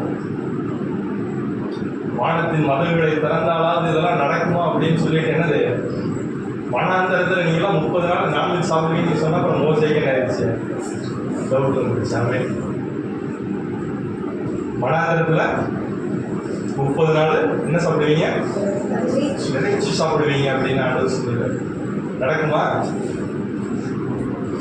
அவர் யோசனையில் பெரியவர், செயலிலே வல்லமை உள்ளதை அவரால் செய்யக்கூடாத அதிசயமான காரியம் அவர் சொல்ல ஆகும். அவர் கட்டளையிட அவர் ஒரு வார்த்தை சொன்னா போதும், அவ்வளவுதான், அவனுக்கு நான்வெஜ் வந்துடும். ஆமென். அவர் ஒரு வார்த்தை சொன்னா 6 லட்சம் புருஷர்களுக்கும் என்ன கிடைக்கும்? இறைச்சி கிடைக்கும். 1 நாள் 2 நாள் மாத்திரமல்ல, சீடு போன அளவுக்கு 1 மாசம் வரைக்கும் என்ன செய்வீங்களா? அவ்வளோ நான்வெஜ் கொடுப்பேன் அப்படின்னு சொல்லி ஆண்டவர் சொல்லுகிறார். அதில் 15ஆம் அதிகாரத்தில் நம்முடைய கோபத்தின் உச்சத்தில் போய் ஒரு வார்த்தை சொல்கிறார். 15ஆவது வசனத்தில், உங்களுடைய கண்களில் எனக்கு கிருபை கிடைத்ததானால் இப்படி எனக்கு செய்யாமல், இப்படி எனக்கு செய்யாமல், இந்த 6 லட்சம் பேரை என் கழுத்தில் மாட்டில்லாம என் உபத்திரவத்தை நான் காணாதபடிக்கு இப்பொழுதே என்னை கொன்று போடும். எத்தனை பேர் இப்படி ஜெபிக்கிறீங்க? என் உபத்திரவத்தை, இந்த கர்மத்தை எல்லாம் நான் பார்க்காதபடிக்கு எப்படியாவது ஆண்டவரே என்ன செஞ்சிருக்கேன், என்னை கொன்றுங்க, என்னை எடுத்துக்கொள்ளுங்க, உங்களுடைய ராஜ்யத்துக்கு எடுத்துக்கொள்ளுங்க. நேருடைய ஜெபம் இப்படியாக இருக்கலாம். ஆனால் அதுபோல தேவனுடைய சித்தம். கோபத்தில் அநேக நேரங்களில் நம்ம என்ன செய்கிறோம், என்ன கேள்வி கேட்கிறோம், என்ன ஜெபிக்கிறோம், யார்கிட்ட பேசுகிறோம், என்ன பேசுகிறோன்னு ஆண்டவரிடத்துல அன்பதையும் பேசிக்கொண்டிருக்கிறோம். இதெல்லாம் மோசேயினுடைய பயணத்தில் நடக்கக்கூடிய சில சம்பவங்களை நான் உங்களுக்கு சொல்கிறேன். இதை நாம் 20ஆம் அதிகாரத்தில் நாம் வாசிப்போம். 20ஆம் அதிகாரத்தில் மேரிபாவின் தண்ணீரிடத்தில் வருகிறார்கள். அங்கே வரும்போது அவர்களுக்கு ஜனங்களுக்கு குடிப்பதற்கு தண்ணீர் இல்லாதது. நாம் 20ஆம் அதிகாரம் 8 முதல் 12 வசனங்களை நாம் பார்த்துட்டு இருக்கோம். ஆண்டவர் இங்கே மோசேக்கு சொல்கிறார், நீ கோலை எடுத்துக்கொண்டு போய் என்ன செய்ய. ஆனா போகும்போது என்ன செய்யணும் கவனிக்கிறீங்களா? போகும்போது கோலை எடுத்துக்கொண்டு போக வேண்டும். போய் என்ன செய்யணும்? அப்புறம் எதுக்கு கோல்? அது ஒரு சேஃப்டிக்கு இருக்கட்டும், ஆனால் அது யூஸ் பண்ண கூடாது. ஆண்டவர் என்ன சொல்லுகிறாரோ அப்படியே ஆண்டவர் என்ன சொல்லுகிறாரோ சொல்லுறத அப்படியே செய்யும். ஆனால் அது மோசே என்ன செய்தார்? மோசையும் போனார், ஆரோனும் போனார். கொஞ்சம் கோபமாக இருந்தாரு. கோபமாக இருந்தால் சில காரியங்களை செய்வோம் இல்லையா? போகிற வழியில் ஸ்கூல் இருந்துச்சுன்னா செய்வோம். கோபமாக இருக்கும்போது போகிற வழியில் ஸ்கூல் இருந்துச்சுன்னா என்ன பண்ணுவோம்? எட்டி உதைப்போம் இல்லையா? கோபமாக இருந்தால் ஒரு சில விஷயங்கள் நம்மளை தாண்டி அது ஆட்டோமேட்டிக்காக என்ன செய்யும், நடக்கும். அந்த மாதிரி மோசையை கொஞ்சம் கோபமாக தான் என்ன செய்யறாரு, வேகமாக என்ன செய்யறாரு, போய் கொண்டு இருக்கிறார். போய் அங்கே ஆண்டவர் சொன்னபடி கண்மலைக்கு முன்பாக இருக்கிறாரு. ஆண்டவர் எதிர்பார்த்தா என் மகன் போவான், நல்ல ஒரு அருமையாக என்ன புகழ்ந்து ஒரு நல்ல ஒரு வார்த்தையை சொல்லுவான் அப்படின்னு சொல்லிட்டு. ஆனால் ஒரு வார்த்தையும் சொன்னாரு. ஆனால் அது ஆண்டவருடைய மகிமைப்படுத்துகிற மாதிரியான ஒரு வார்த்தை. அந்த வார்த்தை வாசிங்க. அப்பொழுது மோசேயும் ஆரோனும் சபையாரை கண்மலைக்கு முன்பாக கூடி வர செய்தார்கள். அப்பொழுது மோசே அவர்களை நோக்கி, கலகக்காரனை கேளுங்கள், உங்களுக்கு இந்த கண்மலையிலிருந்து நாங்கள் தண்ணீர் புறப்பட பண்ணுவோமோ என்று சொல்லி தன் கையை ஓங்கி, என்ன வார்த்தை சொல்லுகிறார்? இந்த கண்மலையிலிருந்து உங்களுக்கு தண்ணீர் புறப்பட பண்ணுவோமோ அப்படின்னு சொல்லிட்டு ஆண்டவருடைய நாமத்தை மகிமைப்படுத்தக்கூடிய இவர்கள், கண்மலையை பார்த்து பேச வேண்டிய இவர்கள், அவர் என்ன செய்யறாங்க? கோலினால 2 தடவை என்ன செஞ்சாங்க? அடிச்சாங்க. அடிச்சோன்னா ஆண்டவர் என்ன பண்ணிட்டாரு? உடனே தண்ணீர் ஏராளமாய் பேசதான சொன்னாரு. அப்புறம் ஏன் அடிச்சதுக்கு அப்புறம் தண்ணி கொடுத்தாரு? தப்பு பண்ணாலும் ஆண்டவர் என்ன செய்வாரு? ஆமா, ஒரு சில காரியங்களை ஆண்டவர் என்ன செய்வாரு? உனக்கு தண்ணி வேணும்னு கேட்டேன், பேச சொன்னேன், நீ இருந்தாலும் அடிச்சுட்டே இருந்தாலும் பரவாயில்ல, இந்த தண்ணியை வச்சுக்கோ அப்படின்னு சொல்லி ஆண்டவர் என்ன செய்வாரு? தண்ணியை கொடுத்து விட்டார்.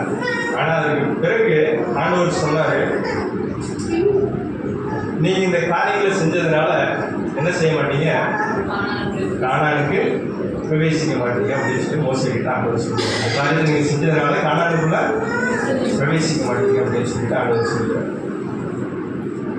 ஏன் என்று சொன்னால் 12வது வசனத்துல, இஸ்ரவேல் புத்திரரின் கண்களுக்கு முன்பாக என்னை பரிசுத்தம் பண்ணும்படி நீங்கள் என்னை விசுவாசியாமல் போனபடியால் இந்த சபையாருக்கு நான் கொடுத்த தேசத்திற்குள் நீங்கள் அவர்களை கொண்டு போவது இல்லை. விசுவாசியாதபடினால் அநேக நேரங்களில் நம்முடைய வாழ்க்கையில் விசுவாசம் என்ன செய்கிறது? செத்து போயிருக்கு. அநேக அற்புதங்களை ஆண்டவர் செய்கிறார், அநேக அதிசயங்களை செய்கிறார், நம்ப முடியாத காரியங்களை செய்கிறார். அதையெல்லாம் சபையில வந்து சாட்சியாக சொல்கிறோம். இன்னைக்கு நம்முடைய சபையில் அநேக சாட்சியாக சாட்சி சொன்னீர்கள். ஆனால் அதே சாட்சி நீங்கள் உபத்திரவப்படும் போது, நீங்கள் ஒரு பிரச்சனையில் இருக்கும்போது, ஆண்டவர் ஒரு உபத்திரவத்தின் பாதையில் உங்களை நடத்தும் போது எத்தனை பேர் விசுவாசத்தில் நிலைத்து இருக்கிறோம்? அந்த இடத்துல விசுவாசியாதபடினால நம்ம என்ன செய்கிறோம்? விழுந்து போய் விடுகிறோம்.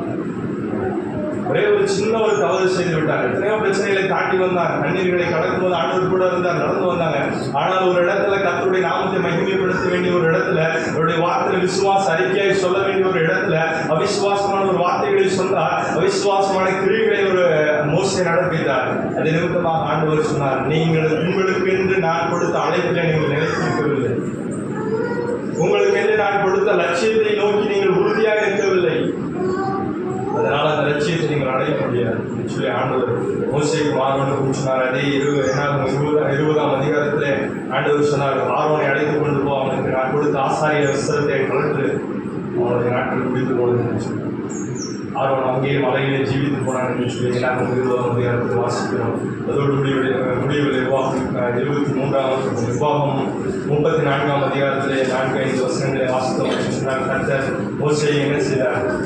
பிஸ்காவின் கொடுமுடியிலே ஏறி போக செய்து சுற்றி பார்த்தான். முதல் பெயர்சேவா மற்றும் யோர்தானுக்கு அப்புறத்தில் இருக்கிற எல்லா பட்டணங்களையும் பாலும் தேன் ஓடுகிற அந்த கானான் தேசம் அதுவும் கண்களுக்கு முன்பாக இருக்கிறது. ஆனால் உன்னுடைய கால் அதை நினைப்பதில்லை. அமை உன்னுடைய கால் அதை நினைப்பதில்லை. 3ஆம் அதிகாரம் 25 முதல் 27 உள்ள வசனங்களை வாசித்து பார்த்தோம் என்று சொன்னார். இங்கே மோசே சொல்கிறார், ஜெபம் பண்ணுகிறார். 2ஆம் 20ஆம் அதிகாரத்தில் அவங்க தப்பு செஞ்சாங்க, ஆண்டவர் தண்டனை சொன்னார், நீங்கள் கானானுக்கு போக முடியாது அப்படின்னு சொல்லிட்டு. ஆனால் உபாகம் 3ஆம் அதிகாரத்திலே மோசே ஜெபம் பண்ணுகிறார். ஆனால் அந்த ஜெபத்திற்கு ஆண்டவர் என்ன பதில் கொடுத்தார்? உங்கள் நிமித்தம் என்மேல் கோபம் கொண்டு எனக்கு செவிகொடாமல் என்னை நோக்கி, போதும், இனி இந்த காரியத்தை குறித்து என்னோட பேச வேண்டாம், இந்த காரியத்தை குறித்து என்னோடு பேச வேண்டாம் என்று சொல்லி ஆண்டவர் சொல்லுகிறார். நீ போய் அந்த பிஸ்காவின் கொடுமுடியில பார்ப்பா, ஆனால் அதுக்குள்ள என்ன செய்ய மாட்டேன்? பிரவேசிக்க மாட்டாய் என்று சொல்லி ஆண்டவர் சொல்லுகிறார். நம்முடைய அழைப்பு ஆண்டவர் என்ன கொடுத்திருக்கிறார்? இந்த அழைப்புல நம்ம என்ன செய்ய வேண்டும்? உறுதியாக ஒரு சின்ன தவறு செய்யலாம் என்று சொன்னால் அந்த அழைப்புல நம்ம கடைசி வரைக்கும் போய் சுதந்திரத்துக் கொள்ள முடியாது. நம்முடைய அழைப்பு ஒவ்வொருவருக்கும் தேவன் ஒவ்வொரு அழைப்பை கொடுத்திருக்கிறார். அந்த அழைப்பை அறிந்து கொள்ளுங்கள். அந்த அழைப்பை நோக்கி என்ன செய்யுங்க? இன்னும் அநேக அழைப்பை கொடுத்து ஏராளமான காரியங்கள் இருக்கிறது. ஆர்வனை போல என்ன செய்யணும்? அழைக்கப்பட்டால் மாத்திரம்தான் ஓட முடியாது. எல்லாரும் என்ன செய்ய முடியாது? அழைப்புல ஓட முடியாது. இன்னும் அநேக காரியங்கள் இருக்கிறது. சாயங்கால கூட்டங்களில் இந்த காரியங்கள் எல்லாம் வச்சு நம்ம தியானம் செய்ய போகிறோம். திருச்சி விசுவாசிகள் யாரும் இந்த மாலை 6வது வந்து பங்கு பெறக்கூடிய கூட அழைக்கிறேன். ஏராளமான காரியங்கள் இருக்கிறது. சில காரியங்களை வாங்க நான் உங்களோடு கூட சொல்லியிருக்கிறேன். விழிச்ச விசுவாசிலே அவன் தவறாமல் அன்போடு அழைக்கிறான். அவர் விழுந்து போகிறோம். இந்த நேரத்தில் தேவனுடைய சமூகத்தில் ஒப்பு கொடுப்போம். என்னுடைய அழைப்பு தேவனை எதற்காக அழைத்திருக்கிறார், எதற்காக என்னை முன்வைத்திருக்கிறார், என்னுடைய அழைப்பு என்ன சொல்லி தேவன் வெளிப்படுத்தியிருப்பார். அவர் பேர் சொல்லி அழைக்கிற தெய்வம், அழைப்பு வெளிப்படுத்துகிற தெய்வம், இந்த அழைப்பிலே நம்மை நடத்துகிற தெய்வம். ஆனால் அந்த அழைப்பில் நாம் உண்மையாக இருக்கிறோமா, நாம் விசுவாசத்தோடு இருக்கிறோமா, உறுதியாக நிலைத்திருக்கிறோமா என்று சொல்லி ஒரு விஷயம் ஆராய்ந்து தேவனுடைய சமூகத்தில் ஒப்புக் கொடுப்போம். என்னுடைய அழைப்பில் நான் நிலைத்திருக்கிற முதல் விஷயம் என்பது, என்னுடைய அழைப்பில் இருந்து வரைக்கும் நான் நினைத்திருக்கிறேன் முதல் விஷயம் தேவனுடைய சமூகத்தில் ஒப்புக் கொடுப்போம். எந்த சூழ்நிலை வந்தாலும் என்னோடு கூட இருக்கிறேன் என்பது, என்னுடைய எல்லா சூழ்நிலையிலும் என்னோடு கூட இருக்கிறேன். இந்த லட்சியத்தை நான் அடைகிற வரைக்கும் என்னோடு கூட இருக்கிறேன். ஆனால் நான் விளைவு போய்விடாது முடிக்கிறேன். தேவனாய் கர்த்தரே என்னை பாதுகாத்துக் கொள்ளுங்கள். அப்பா, எந்த சூழ்நிலையிலும் நண்பரே என்னுடைய அழைப்பை விட்டு நான் வெளிவிலகி போய்விடாது முடிக்கிறேன். உங்களுடைய சித்தத்திற்கு எதிர்மறையாக செய்து விடாது முடிக்கிறேன். அப்பா அன்றுவரே, உங்களுடைய அவிசுவாசமான ஒரு வார்த்தைகளை பேசிவிடாது முடிக்கிறேன். அவிசுவாசமான கிரிகளை நான் செய்து விடாது முடிக்கிறேன். என்னை பாதுகாத்துக் கொள்ளுங்கள். அழைப்பில் அன்றுவரே, நீர் அழைப்பில் பொறுமையோடு ஓடக்கூடிய உண்மையை கொடுங்க. அந்த போராட்டத்தில் அன்றுவரே சபா அன்றுவரே ஓட்டத்தை முடித்த விசுவாசத்தை காத்துக்கொண்டேன் என்று சொல்லி கொடுக்கிறேன். அன்றுவருடைய ஓட்டத்தை முடிக்கும் போது விசுவாசத்தை காத்துக்கொண்டவர்களாக நீதியின் ஜீவனை